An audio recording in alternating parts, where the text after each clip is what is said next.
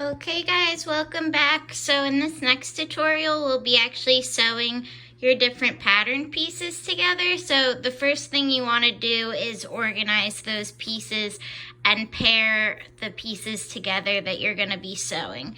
So you want to pair together pieces A and B, pieces C and D, and then pieces E and F with each other like I have shown here. I have my fabrics kind of represented here.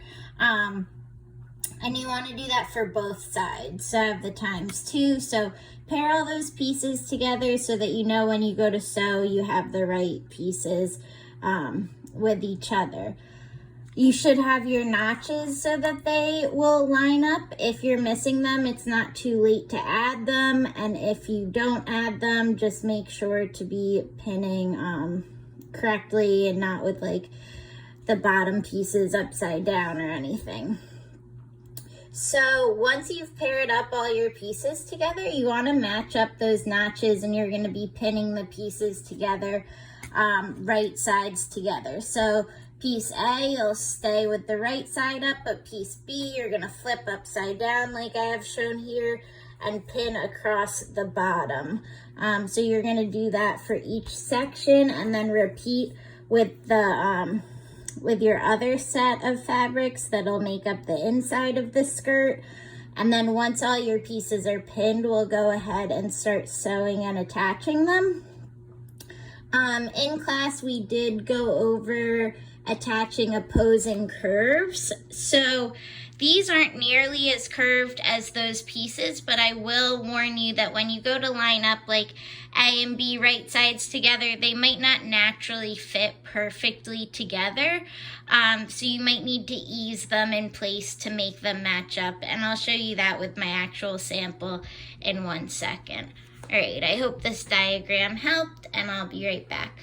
Did it start? Okay, so hopefully you guys can see all this. I have to like hold this above my head so that you can see it. But here I have samples for my skirt. So I have piece C and piece D.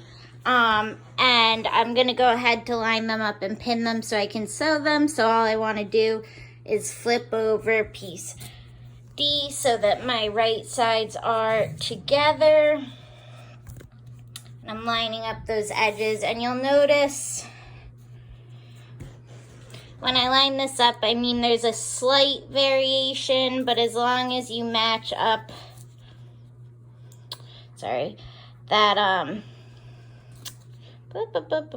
that notch, you should be able to ease this together and get it to match up enough to pin it in place so that your seam allowance is the same, and one's not longer than the other. So I'm going to go ahead and pin that, and then I will sew it. Alright guys, so I have my entire connecting horizontal seam pinned together with my notches lined up. And I am about to sew that seam. So you're going to do the same exact thing for all 6 skirt panels when you attach them. You just want to sew together right at the 5/8 line, straight across, making sure to back stitch at the beginning and end, and make sure you have that 2.5 stitch straight stitch, width of 0, all that good stuff, and your needle should be in the center. So you're going to want to go ahead and again, so that 5/8 seam allowance to attach all coordinating pieces together. Okay, so in terms of the order you complete the stitching, it's up to you guys if you want to attach all pattern pieces together and then do your edge stitching, or if you want to stitch one pattern piece at a time, add the edge stitching, and then move on to the next. So it really doesn't matter which order you complete it. Just make sure you get all pieces connected and your edge stitching completed as well. So with the edge stitching, it's gonna look like this on the top upper panel of the skirt. And you're just gonna be sewing across to kind of help the seam lay flatter and keep your seam allowance sewed down on the inside. The pattern calls for you to only edge stitch the top piece, but if you'd like to edge stitch the bottom piece, you're more than welcome to. That's just an aesthetic decision. So you can see right now I sewed my 5/8, but my seam is very bunchy, so I'm gonna go ahead with my handy little table iron. I wish I had something to hold this against. 1 second.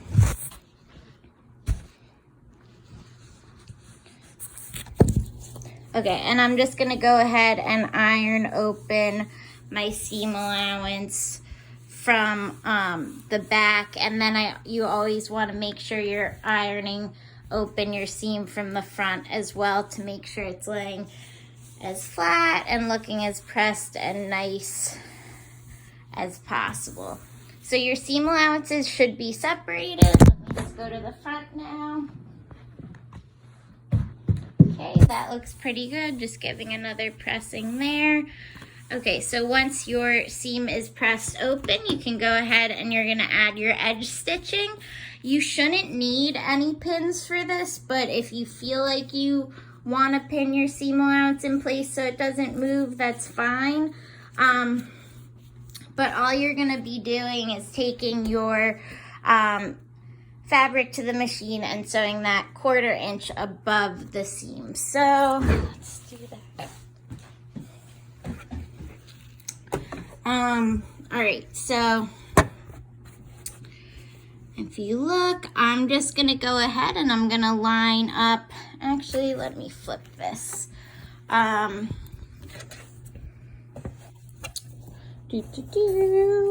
gonna line up my seam with the outer edge on the left, and I'm actually, because I have a wider presser foot and I prefer the seam allowance to look, or the edge stitching to be a little narrower than an actual 1/4 inch.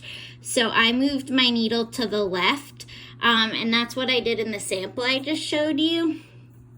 And so now I'm gonna go ahead and back stitch and just sew right along there. And it's really important that you keep that seam really nice and even with the edge of your presser foot or whatever you're using as a guide, especially if you have contrasting fabric like I do, so that it looks nice and neat. So let me put this down for 1 second. Okay, so I've gone ahead and added my top stitching to this piece, and you can see from the back, it's keeping my seam allowance nice and down. If you guys have pinking shears at home, you're more than welcome to pink those seam allowances, but they will be in between the 2 layers of fabric, so you don't have to worry about fraying. When you're sewing, make sure you're kind of pulling the 2 panels apart just to make sure they're laying as flat as they can when you're top stitching. And just as I mentioned, it's really important that your top stitching is as neat as possible, because we're gonna have intersecting seams and you don't want the top stitching on one intersecting seam to be up here and the other one down here. You want them to be able to meet up nice like that. All right, so as you can see with the sample, you're gonna have 3 panels for the outside of your skirt completed with the seam sewn and the top stitching added, and then 3 panels for the inside completed. And once you've completed all 6 panels, in the next video, I will show you guys how to connect those so we actually have a skirt. Thanks for watching, guys.